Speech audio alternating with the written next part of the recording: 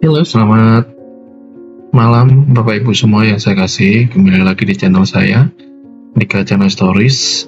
Kali ini kita akan bahas terkait Bitpanda di 476. Hal ini disampaikan oleh salah satu korban yang sudah menghubungi saya untuk bisa dibahas di channel saya agar semua ada titik terang, agar semua bisa menjadi pedoman buat kita semua bahwasanya kalaupun ada yang sudah masuk, dia secepatnya sudah harus stop, itu tidak usah dilanjutkan lagi, apalagi sampai jatuh, sampai terpuruk, ya saya kira tidak usah lah seperti itu.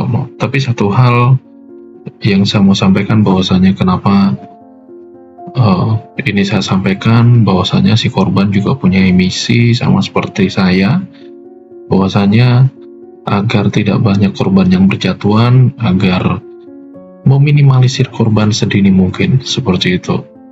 Dan itu coba kita tanamkan ke Bapak Ibu semua. Kalaupun ada nemu hal yang aneh-aneh, silahkan share ke saya, silahkan informasi ke saya, biar saya buka segamblang-gamblangnya, seterang-terangnya, seperti itu, dan tidak ada korban lagi. Karena kita percaya di Indonesia ini masih banyak orang yang baik. Saya percaya di Indonesia ini menjunjung tinggi nilai kejujuran sih, seperti itu. Oke, ini yang akan saya bahas di konten saya kali ini. Yang pertama terkait kronologi, yang kedua bisnis prosesnya seperti apa, yang ketiga terkait tabel investasi, yang keempat research metodenya seperti apa, berikutnya review platform, yang ke slide berikutnya testimoni, kesimpulan, dan kontak saya. Oke, kita langsung masuk. Nah, ini awal mulanya atau kronologi singkat seperti itu, bahwasanya awalnya ada cewek cantik yang add di Facebook, singkat cerita akhirnya ngobrol dan tukar nomor WA. Kalau Bapak Ibu lihat, ini strateginya masih sama, asal mulanya masih sama, strateginya perkenalan dengan marketing melalui media sosial, Facebook, sehingga berlanjut komunikasi di WA setelah tukar nomor HP melalui WA.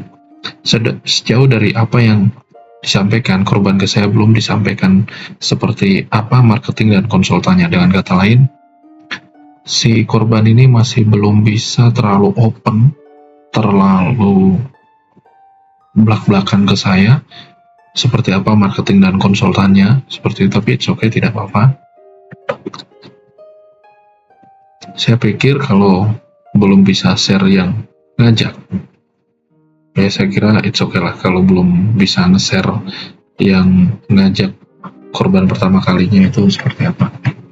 Sometimes kalau ada korban terbuka saja agar pengalamannya bisa menjadi pelajaran, bukan aja buat diri sendiri tapi juga buat orang lain. Jadi saya bilang ke korban, istilahnya nggak masalah buka seterang-terangnya, buka segamblang-gamblangnya seperti itu, biar tidak ada korban yang berjatuhan lagi.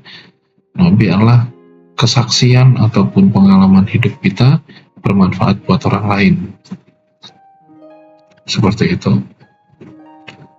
Mungkin kalau ada yang mengalami hal yang sama di platform yang sama juga, bisa komen dan bisa sharing session tentang pengalaman hidup agar meminimalisir korban dari platform yang ada. Jadi itu aja kronologi yang saya bisa sampaikan, karena terus terang korban juga belum terlalu bisa terbuka terkait apa yang sudah dialaminya. Tapi it's okay, walaupun dia kasih hal yang kecil seperti itu, dia berikan sedikit informasi seperti itu, tapi setidaknya apa yang disampaikan tuh paham lah, seperti itu. Oke, ini bisnis prosesnya. Kalau Bapak Ibu lihat, setelah lewat pemula, nggak boleh ulang lagi karena harus naik level. Oke, saya ikut lagi yang 3 hari dengan modal 8 juta. Pada perdagangan pertama dapat sekitar 118 USDT, yang kedua dapat 224 USDT, yang ketiga dapat 297 USDT. Setelah selesai 3 perdagangan, saya disuruh tarik saldonya dan berhasil masuk. Dan ini strategi awal masih sama, masih dengan pola yang sama, yaitu awal mulanya ikut transaksi dan goal seperti itu, dan memang pure masuk seperti itu. Dan ini strateginya Bapak Ibu sudah bisa pantau lah seperti itu. Nah, tapi kita coba kita lanjut lagi. Masih dengan pancingan awal, di mana awal mula dan sampai 3 kali transaksi diminta konsultan untuk tarik dan memang masuk info dari korban. Hal ini memang dilakukan terlebih dahulu agar memancing korban agar terpikat untuk ikut terus. Strategi pertama sudah bisa ketebak. Saya katakan itu bahwasanya pola dan skemanya yang pertama itu sudah bisa ketebak. Dan ini kita lanjutkan.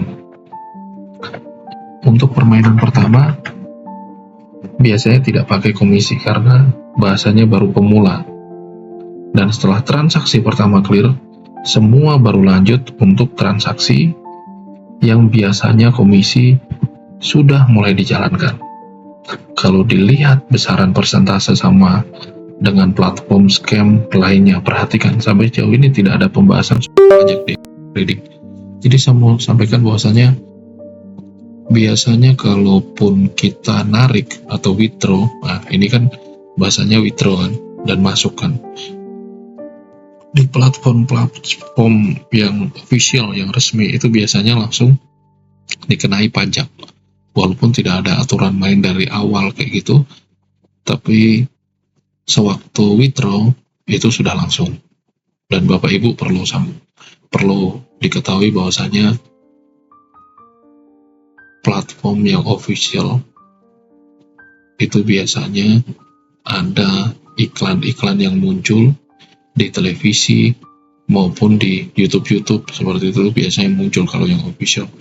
Tapi kalau yang scam itu jarang muncul sih. Kalau yang scam Bapak Ibu bisa lihat itu di nama linknya saja itu sudah aneh-aneh seperti itu. Nama link itu udah aneh-aneh walaupun isinya sama seperti itu. Contoh kayak perumahan A dan perumahan B kayak gitu, depannya itu sudah aneh-aneh walaupun isi dalamnya sih sama kayak gitu.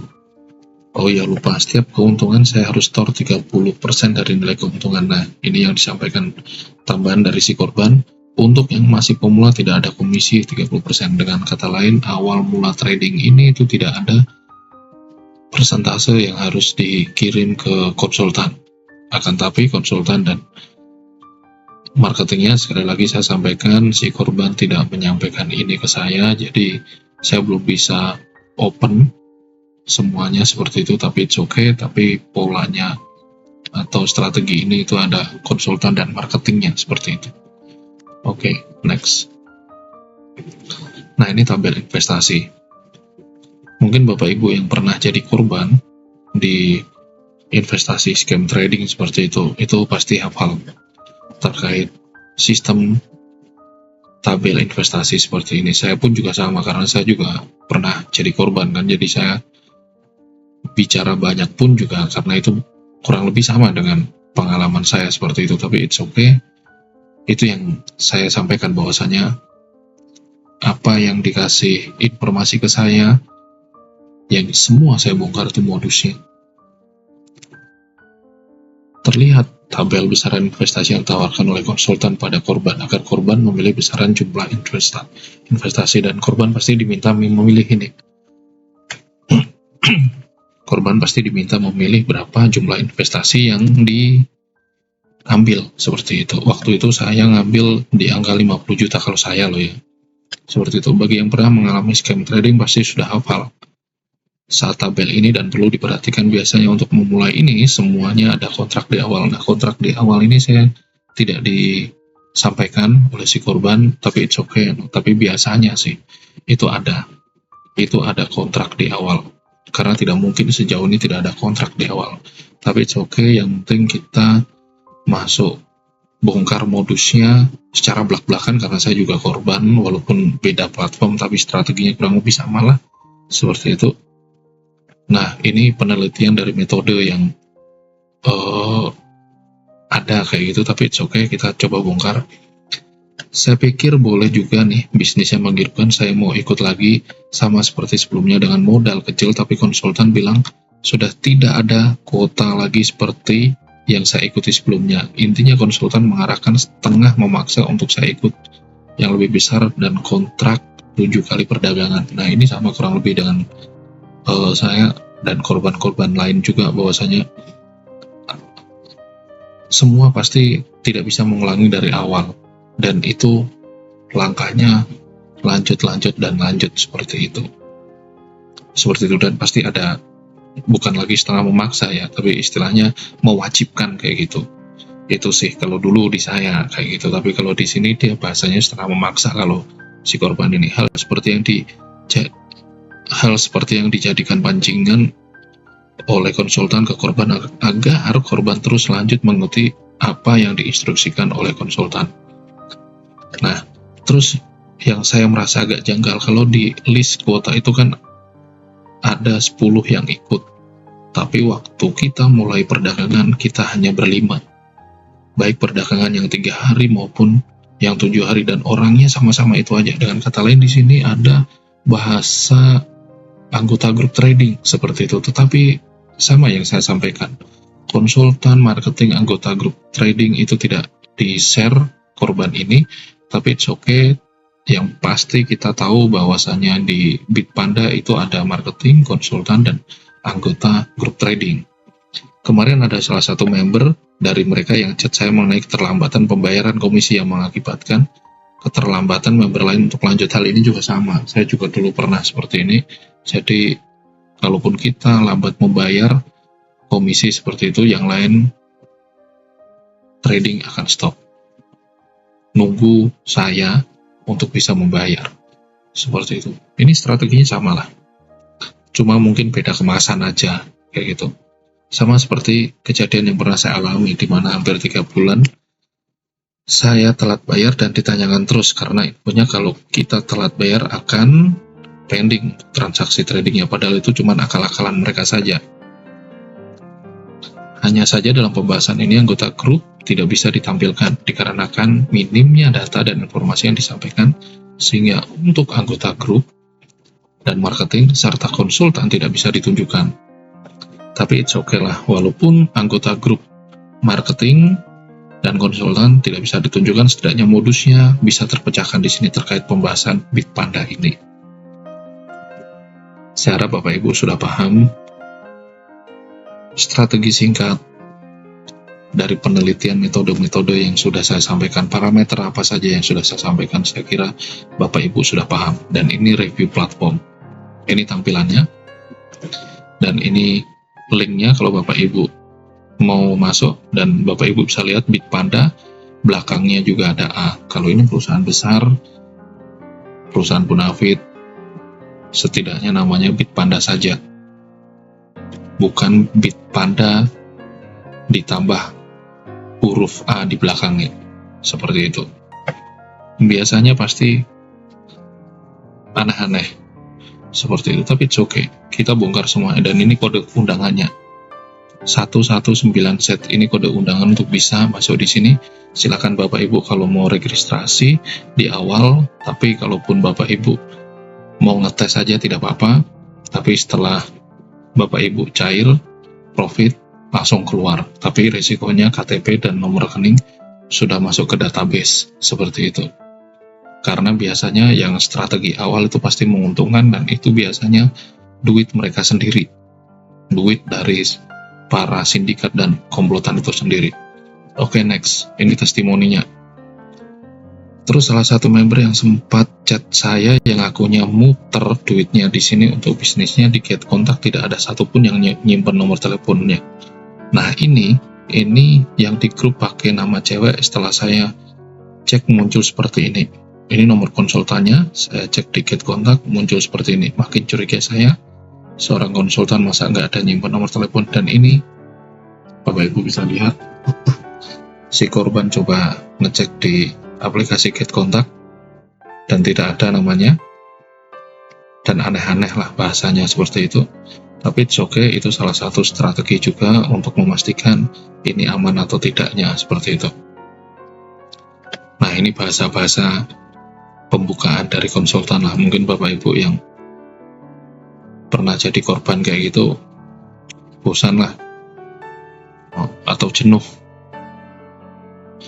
melihat atau membaca ya hal-hal yang seperti ini ya. Tapi setidaknya kalaupun ada korban yang baru masuk di aplikasi atau di platform Bitpanda ini, mereka bisa langsung tersadarkan dengan adanya video ini.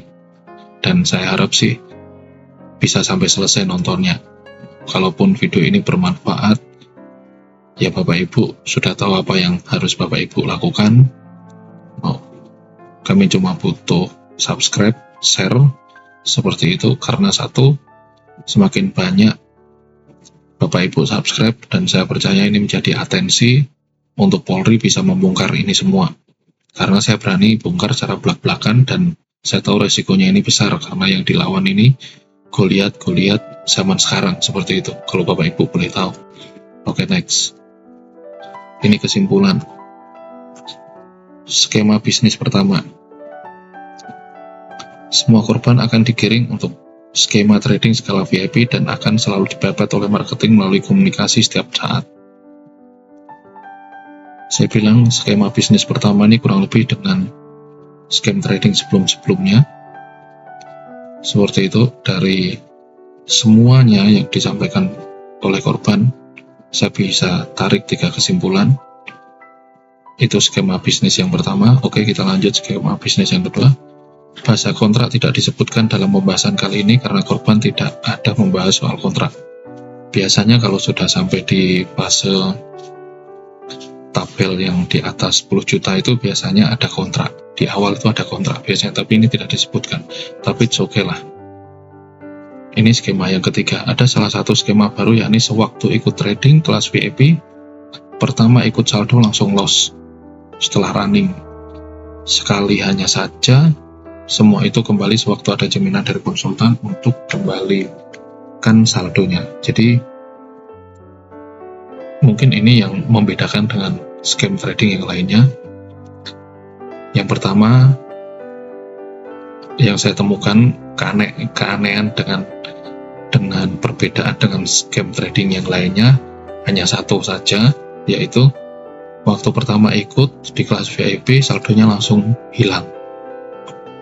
Dan terus terang korban takut dan panik seperti itu, tapi konsultan bilang tidak apa-apa, itu tanggung jawab dari saya sebagai konsultan dan saldo Anda akan dikembalikan seperti semula, dan itu bisa langsung kembali seperti itu, karena ya ini pembahasan cuma angka saja, padahal uangnya itu udah hilang, udah lenyap, tapi namanya angka di dalam sistem yang kita buat sendiri, kayak kita tulis angka di Excel seperti itu, bisa aja kita hilangin dan bisa aja kita kembalikan, seperti itu sih. Oke, ini kontak saya. Kalaupun Bapak Ibu ada yang mau sharing, mau curhat, monggo silakan. Kalaupun saya sibuk atau lambat balas, mohon maaf, karena terus terang saya juga ada aktivitas seperti itu. Dan terus terang saya membuat channel ini juga tujuan untuk menyadarkan banyak orang, untuk membawa orang untuk mengembalikan semangat spirit seperti semula, karena saya tahu saya juga mengalami hal yang sama sewaktu kena scam trading, depresi berat, keluarga sudah mau hancur, keuangan porak-poranda dan semuanya lah. Itu kenapa saya berani belak-belakan seperti ini, dan saya berani cantumkan kontak saya, dan bisa jadi yang kontak saya, yang hubungi saya itu juga bisa jadi dari sindikat, walaupun terkadang sindikat bilang itu persaingan bisnis, itu persaingan strategi perusahaan untuk saling menjatuhkan. It's okay, apapun bahasa sindikat saya tidak pedulikan, yang pasti kebenaran, dikatakan kebenaran dan apabila itu penipuan, ya kita katakan penipuan, seperti itu. Itu saja yang mau saya sampaikan. Yang sudah mengikuti dari awal pertengahan sampai akhir, saya terima kasih. Jangan lupa untuk subscribe dan silahkan share video ini kalau video ini bermanfaat. Share ke media sosial seperti itu, dan saya sampaikan jangan membalas kejahatan dengan kejahatan, tetapi berkatilah dan berdoalah bagi mereka yang menyakitimu, sebab dalam doa ada kuasa yang sanggup mengubahkan hati. Terima kasih buat semuanya. God bless you all. Bye-bye.